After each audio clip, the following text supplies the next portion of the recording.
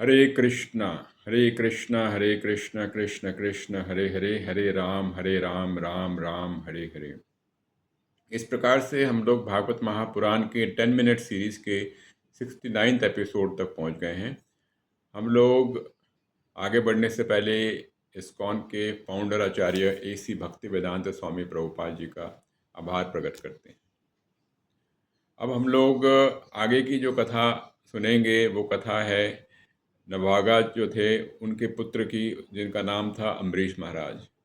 अम्बरीश महाराज जो थे वो पूरे पृथ्वीलोक के पूरे वहाँ पे उनका राज था, बहुत बड़ा राज था, चक्रवर्ती थे, सम्राट थे। लेकिन सब कुछ होने के बावजूद भी उनके लिए सबसे बड़ी जो चीज़ थी वो थी भक्ति।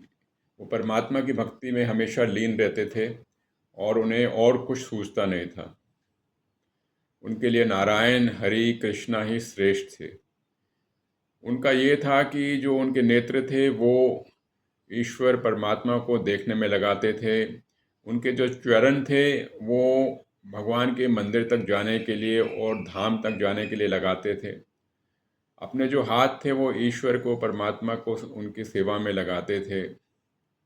और अपनी जो वाणी थी वो हमेशा ईश्वर की लीलाओं के बारे में वर्णन करने में लगाते थे। उनके जो कान थे वो हमेशा ईश्वर के बारे में सुनने में लगाते थे। तो उनने अपने शरीर का हर एक हिस्सा ईश्वर के लिए, परमात्मा के लिए समर्पित कर दिया था। इससे, इनकी भक्ति से परमात्मा ईश्वर नारायण हरि बहुत ही प्रसन्न थे। तो एक बार की कथा ऐसी आती है कि अम्बरीश महाराज जो थे वो एकादशी का व्रत कर रहे थे और एकादशी हो चुकी थी। और एकादशी का जो वो व्रत था वो 1 साल वाली एकादशी थी और अगले दिन द्वादशी थी। और दुर्वासा मुनि उस समय आ जाते हैं, जो उस वक्त होता है, समय होता है एकादशी को द्वादशी में खोलने का। तो जो मुनि होते हैं, दुर्वासा मुनि, वो कहते हैं कि मैं स्नान करके आता हूँ और आप लोग मेरा इंतज़ार कीजिए। और उनको जाने और आने में काफ़ी समय हो जाता है और जो व्रत खोलने का जो समय होता है उसमें काफ़ी टाइम लग जाता है। तो उनको सुझाव दिया जाता है कि आप चिंता मत करें, आप जो हैं सिर्फ जल ग्रहण कर लें, ताकि समय पे आपका जो एकादशी का जो आपका जो व्रत है वो खुल भी जाएगा। और किसी तरीके से दुर्वासा मुनि को इस बात के उनका निरादर भी नहीं होगा, क्योंकि उनने कहा था कि वो उनका इंतज़ार करें। इस प्रकार से वो जल ग्रहण करते हैं। लेकिन जब वापस आते हैं दुर्वासा मुनि, जब वो देखते हैं कि उनने जल ग्रहण कर लिया है, तो वो काफ़ी क्रोधित हो जाते हैं। वो क्रोधित हो जाते हैं और उनको श्राप देने वाले होते हैं। और इस प्रकार से अम्बरीश महाराज उनको कहते हैं कि उनने तो सिर्फ जल ही ग्रहण किया है, क्योंकि उनको एकादशी का जो व्रत था समय पे खोलने था। लेकिन इसके बावजूद भी, कहने के बावजूद भी, जो दुर्वासा मुनि है वो उनकी बात को समझते नहीं और उनकी बात को नहीं मानते हैं। फिर क्रोध में आके दुर्वासा जो मुनि हैं वो क्या करते हैं, वो अपने बालों में से एक कुछ बाल को तोड़ते हैं और उसमें से एक राक्षस उत्पन्न होता है। और वो राक्षस को कहते हैं कि जाके वो अम्बरीश महाराज को समाप्त कर दे, नष्ट कर दे। लेकिन विष्णु भगवान के जो सुदर्शन चक्र थे वो हमेशा अम्बरीश महाराज के साथ रहते थे और हमेशा उनकी पहरेदारी करते थे। जैसे उनने देखा कि इस प्रकार से हुआ है, तो वो उस राक्षस को सुदर्शन चक्र भस्म कर देते हैं और वो दुर्वासा मुनि के पीछे पीछे लग जाते हैं। और पीछे पीछे लग जाते हैं, दुर्वासा मुनि आगे और सुदर्शन चक्र पीछे। भागते भागते भागते वो देखते हैं कि वो किसी प्रकार से सुदर्शन चक्र से नहीं बच पा रहे हैं। तो वो जाते हैं ब्रह्मा जी के पास। ब्रह्मा जी कहते हैं मैं कुछ नहीं कर सकता। तो वो जाते जाते, भागते भागते शंकर भगवान के पास जाते हैं और शंकर भगवान भी कहते हैं कि मैं कुछ भी नहीं कर सकता इसके मामले में, क्योंकि तुमने नारायण के भक्त का निरादर किया है, अपराध तुम्हारा उसके साथ है। फिर वहाँ से वो भागते भागते, वो कहते हैं, जाते हैं वैकुंठ, जाते हैं वैकुंठ में जाके नारायण से मिलते हैं, नारायण से वो क्षमा मांगते हैं और दंडवत प्रणाम कर कर बोलते हैं कि आप कृपा करके मेरे को बचाएं। नारायण कहते हैं कि जो मेरे जो भक्त होते हैं वो मेरे हृदय में होते हैं और मैं अपने भक्तों के हृदय में होता हूँ, और मैं आपको किसी प्रकार से भी इसमें सुदर्शन चक्र से नहीं बचा सकता।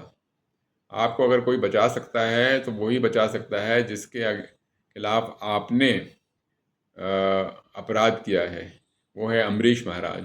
तो आपको अम्बरीश महाराज के पास जाना पड़ेगा, अम्बरीश महाराज के पास जाके क्षमा मांगनी पड़ेगी और उनको बोलना पड़ेगा कि आपने किस प्रकार से उनके साथ अपराध किया है, क्षमा मांगनी पड़ेगी दिल से। तभी अम्बरीश महाराज के कहने पर ही सुदर्शन चक्र रुकेंगे, नहीं तो कोई रुकेगा नहीं। तो ये बात सुन के वैकुंठ से दुर्वासा मुनि जाते हैं, भागे भागे जाते हैं, अम्बरीश महाराज के पास जाते हैं। अम्बरीश महाराज जैसे देखते हैं दुर्वासा मुनि आ रहे हैं, तो अम्बरीश महाराज क्योंकि एक वैष्णव होते हैं और एक महान भगवान के भक्त होते हैं, वो दुर्वासा मुनि को आते हुए देख के दंडवत प्रणाम करते हैं और बोलते हैं मैं आपकी क्या सेवा कर सकता हूँ। तो दुर्वासा मुनि अपनी गता को बताते हैं कि इस प्रकार से वो सुदर्शन चक्र से पीड़ित हैं और वो सुदर्शन चक्र उनकी प्राण लेने के पीछे आया हुआ है। कृपा करके आप मेरी सहायता करें और सुदर्शन चक्र को आप बोलें कि वो मुझे छोड़ दें। इस प्रकार से अम्बरीश महाराज जो हैं वो बात सुनते हैं और पूरी नम्रता रूप से वो झुकते हैं, प्रणाम करते हैं सुदर्शन चक्र की तरफ और सुदर्शन चक्र से विनती करते हैं कि वो दुर्वासा मुनि को क्षमा करें, माफ़ करें। बात यह है कि सुदर्शन चक्र की जो गति है वो इतनी ज़्यादा है कि कोई सोच नहीं सकता। तो सुदर्शन चक्र सबको एक बताने के लिए कि भी आप लोग अगर वैष्णव का अपराध करेंगे तो आपको कहीं पे भी कोई भी शरण नहीं देगा। ना ब्रह्मा जी शरण देंगे, ना शंकर भगवान शरण देंगे, ना ही नारायण शरण देंगे। आपका कोई भी आपको उस अपराध के लिए आपको क्षमा नहीं कर सकता। तो सिर्फ वैष्णव ही आपको क्षमा कर सकता है। जो शुद्ध वैष्णव है वो ही क्षमा कर सकते हैं। तो इस प्रकार से हम लोगों को ये कथा से बहुत कुछ सीखने को मिलता है और हमें इसका ध्यान रखना चाहिए कि वैष्णव का हम लोग किसी प्रकार से भी निरादर ना करें, अपराध ना करें, क्योंकि फिर उसको माफ़ करने के लिए जो वैष्णव हैं वो ही आगे आके आपको माफ़ कर सकते हैं और कोई माफ़ नहीं कर सकता। तो ये जो कथा है अम्बरीश महाराज की, ये कथा भागवत महापुराण में काफ़ी श्रेष्ठ और काफ़ी इम्पोर्टेंट मानी जाती है और भक्तों को इसको सुनने में हमेशा आनंद आता है और काफ़ी प्रेरणा भी मिलती है। हरे कृष्ण कृष्ण कृष्ण हरे हरे, हरे राम राम राम हरे।